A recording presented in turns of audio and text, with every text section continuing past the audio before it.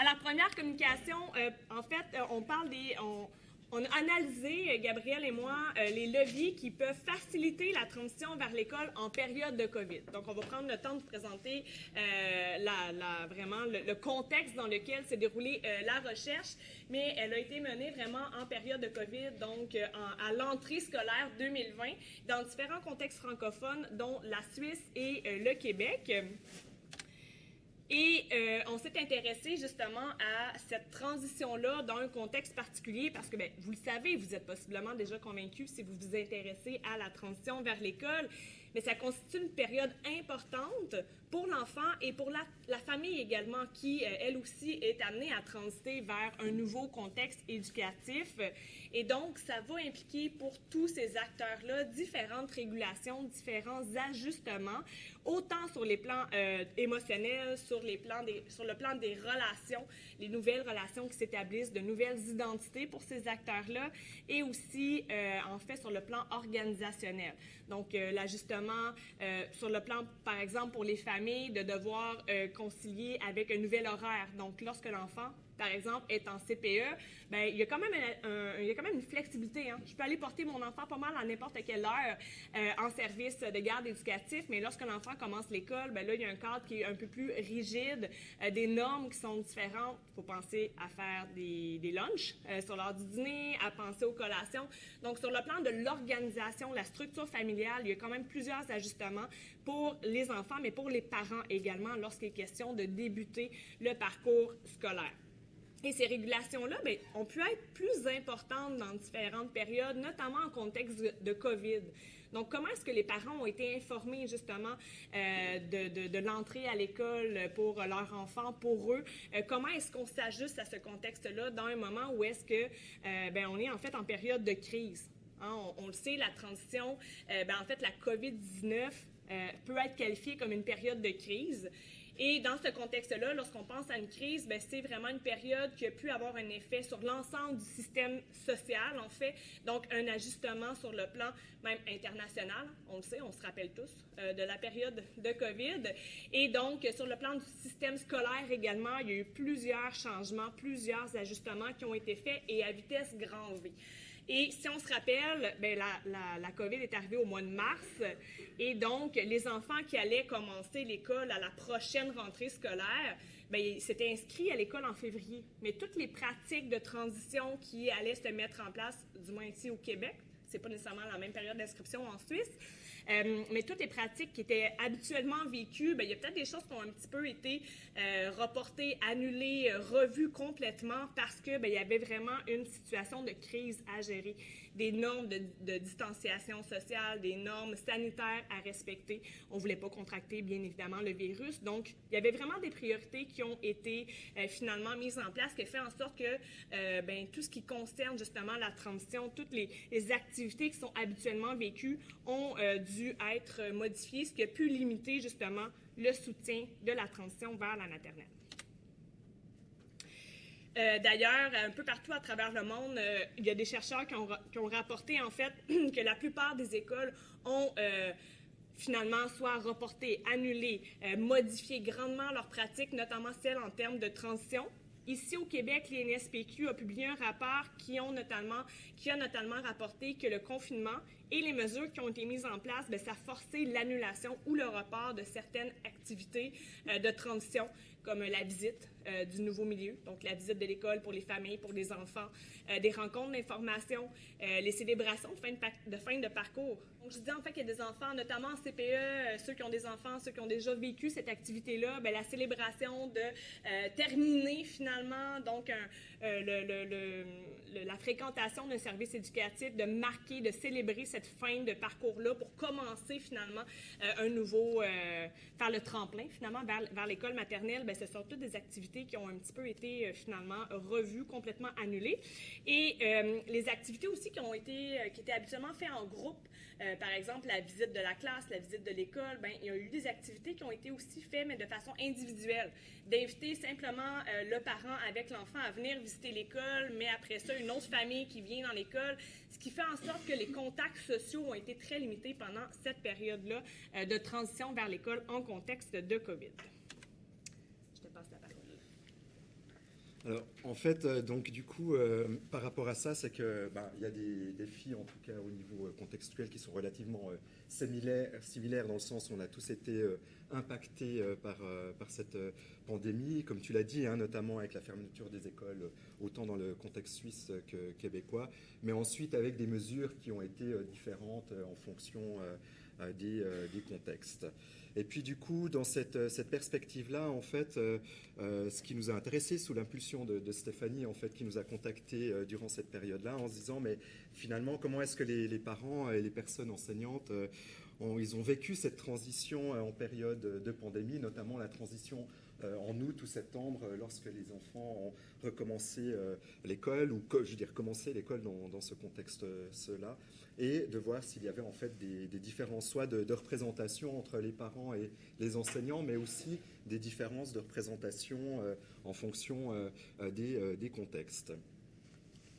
En fait, l'objectif, en tout cas, de cette recherche et de cette présentation aujourd'hui, elle vise en fait à explorer les leviers qui facilitent la transition vers l'école en contexte pandémique dans nos deux contextes, en sachant qu'il y a des leviers qui est spécifiques au contexte pandémique, mais il y a aussi des leviers qui sont de manière très générale, récurrents, comme on le voit chaque année, indépendamment de la pandémie. Et ça, de voir auprès des parents qui avaient un enfant qui débutait l'école, donc 4 ans pour le contexte suisse, ou 4 ou 5 ans pour le Québec, et auprès d'enseignants qui accueillent ces enfants et leurs familles en l'automne 2020. En termes de participation, au niveau de la Suisse, on a pu récolter des données auprès de 40 personnes enseignantes qui ont répondu à ce questionnaire, 22 dans le canton de Vaud, 14 du canton du Jura et 4 canton du Valais, donc essentiellement francophones, avec une expérience de 18 ans. Et du côté du Québec, un échantillon beaucoup plus élevé, avec 110 enseignants de maternelle, dont 21 maternelle 4 ans et 89 maternelle 5 ans, avec 13 ans d'expérience. Du côté des parents, en Suisse, alors beaucoup moins de parents, c'est un peu plus difficile d'avoir leur participation. 36 dont 29 mères qui ont répondu à ce questionnaire, environ âgés de 28 ans. On a ici 16 parents du canton du Jura, 13 Vaud, 5, 13 Fribourg, 5 Vaud et 1 Valais et 1 Neuchâtel, donc une diversité des cantons. Et du côté du Québec, on a 295 parents, dont 279 mères, 13 pères et 3 autres âgés environ de 35 ans. Voilà. En termes des outils, donc en fait un questionnaire avec de nombreuses dimensions.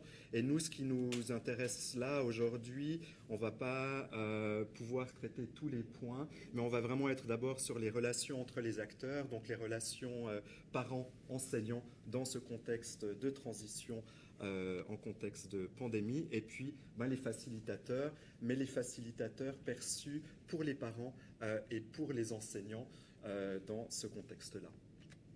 Je continue donc au niveau de relations avec les acteurs, mais cette fois donc du côté suisse. Les résultats montrent qu'en fait 56% des participants estiment que leur relation avec les parents a été modifiée durant cette période scolaire, pour différentes raisons, notamment de cette distance qui a été posée entre les parents et les enseignants, et de différentes manières en fonction des contextes. Là, on a de différentes natures des éléments qui ont été présentés en fonction de ces contextes. Mais comme je l'ai dit, notamment plutôt par rapport à la distance qui a, en fait, pour certains, justement, créé quelques difficultés de communication avec les parents.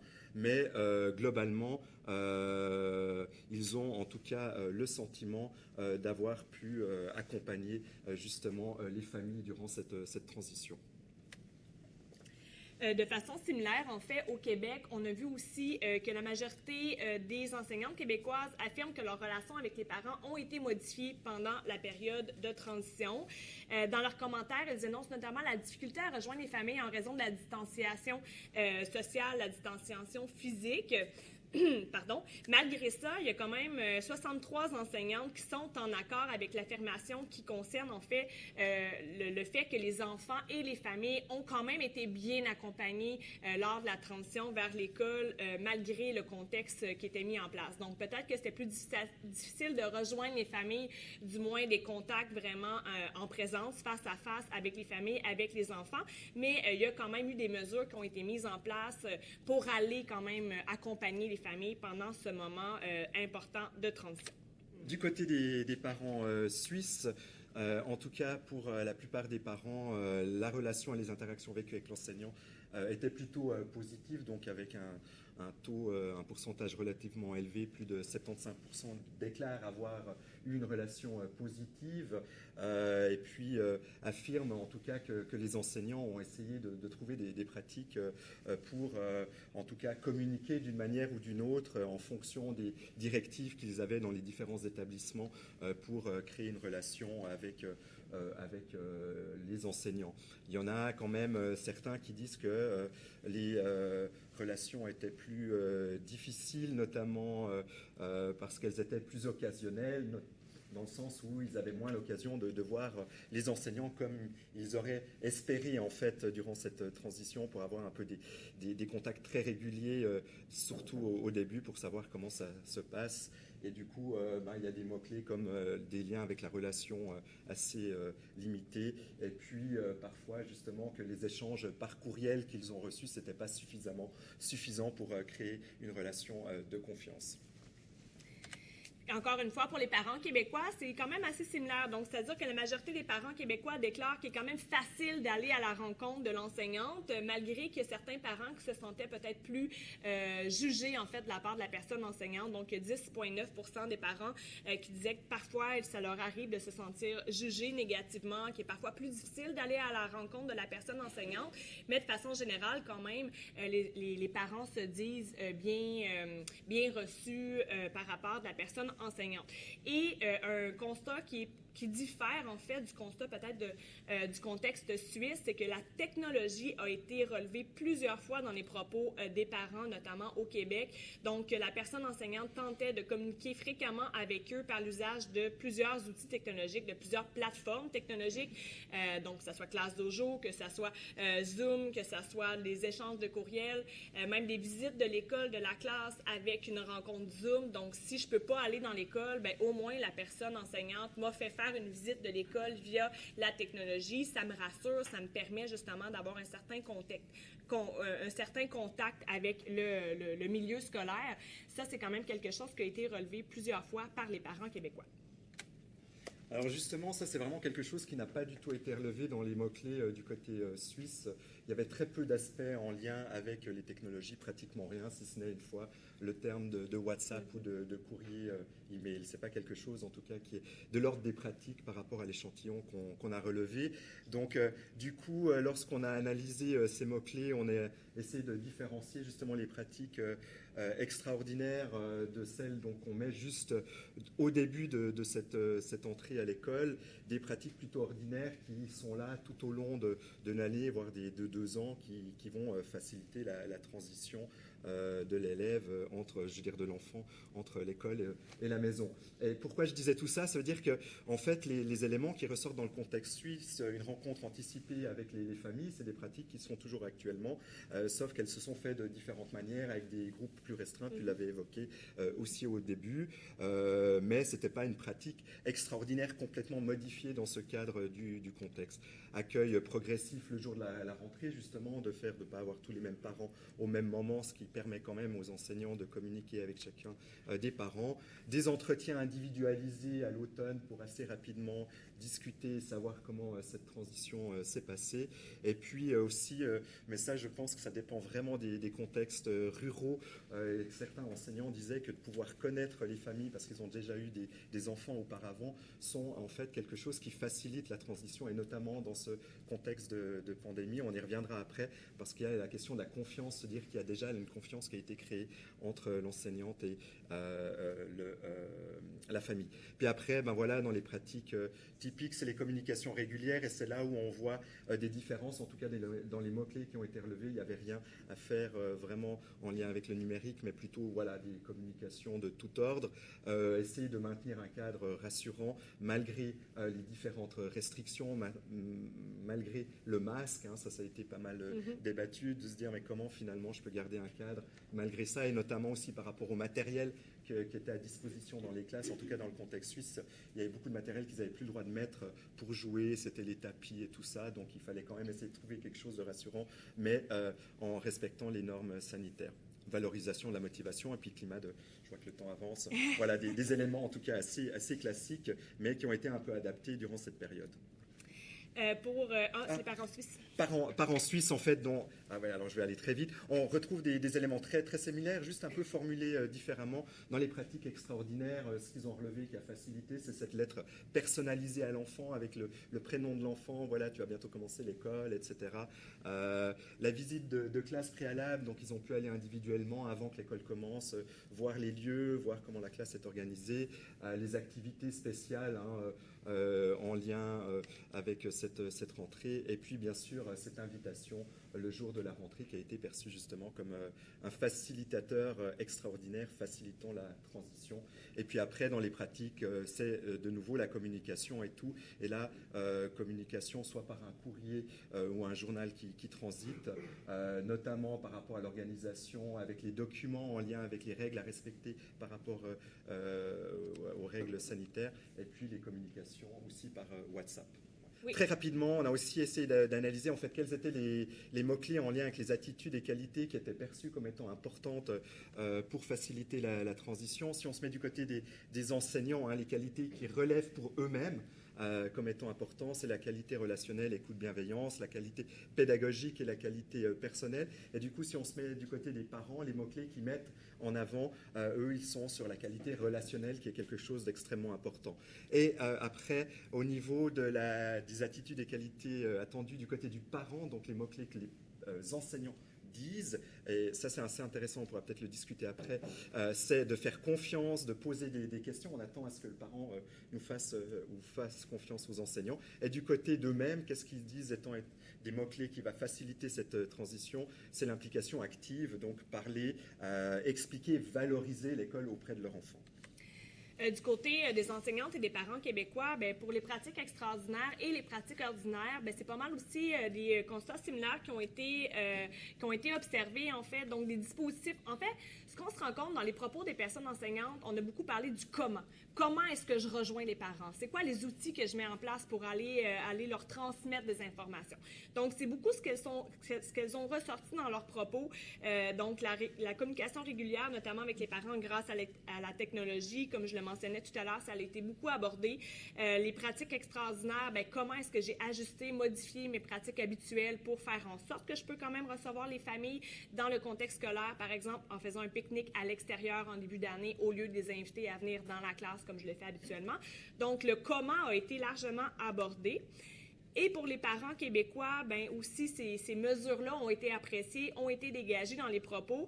Et la communication est beaucoup ressortie, l'importance de la communication entre l'école et la famille. Et comme je le mentionnais tout à l'heure, bien, plusieurs parents ont mentionné quand même avoir vécu une bonne communication avec la personne enseignante parce qu'elle essayait de communiquer de différentes façons avec eux pour garder un lien, par exemple, avec classe de Jo, de mettre des photos de l'enfant dans la classe pour savoir comment ça se passait au détriment de pouvoir finalement voir le parent en présence là, dans la cour, par exemple, ou comme on le vivait habituellement.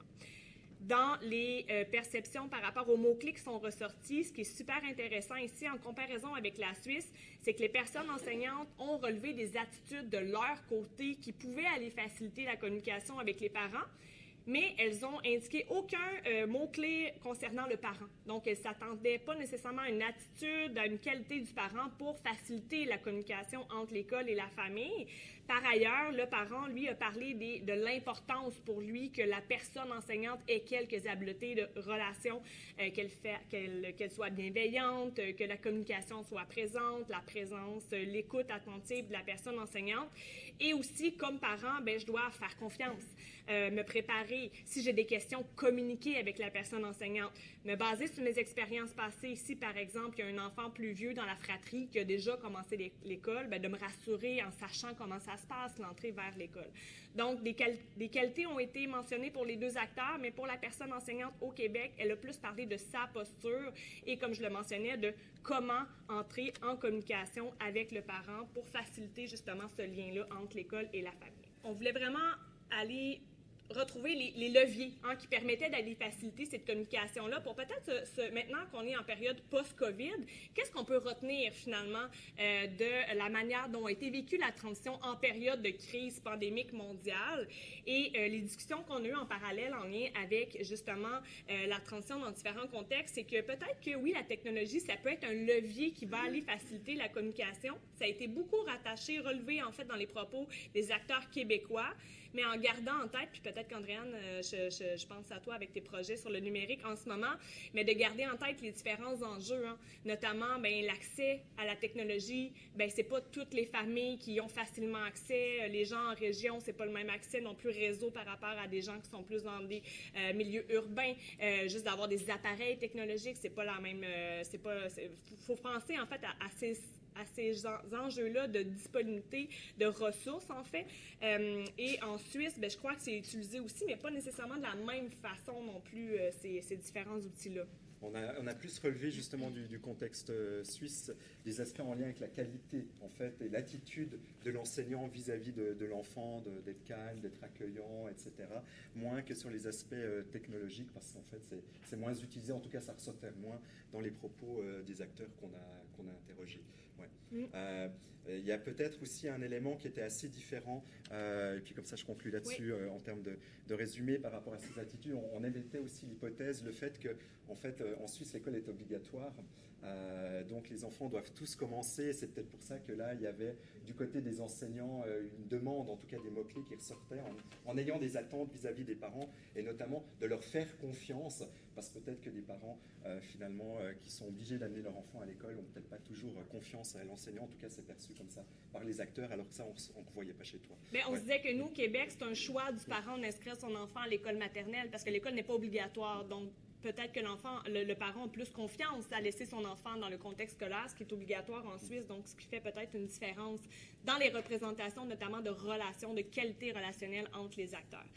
Donc, en fait, pour conclure, on se disait oui, il y a peut-être différents outils pour entrer en communication avec les parents, mais c'est quoi les intentions de la personne enseignante? Qu'est-ce que je communique aux parents? Est-ce que je fais seulement transmettre des informations ou c'est vraiment une relation bidirectionnelle qui s'installe? Donc, je pense que les technologies peuvent être un levier intéressant, mais comment est-ce qu'on les utilise et pourquoi on les utilise? Ça serait vraiment des réflexions qui gagneraient à être approfondies. Voilà. Merci.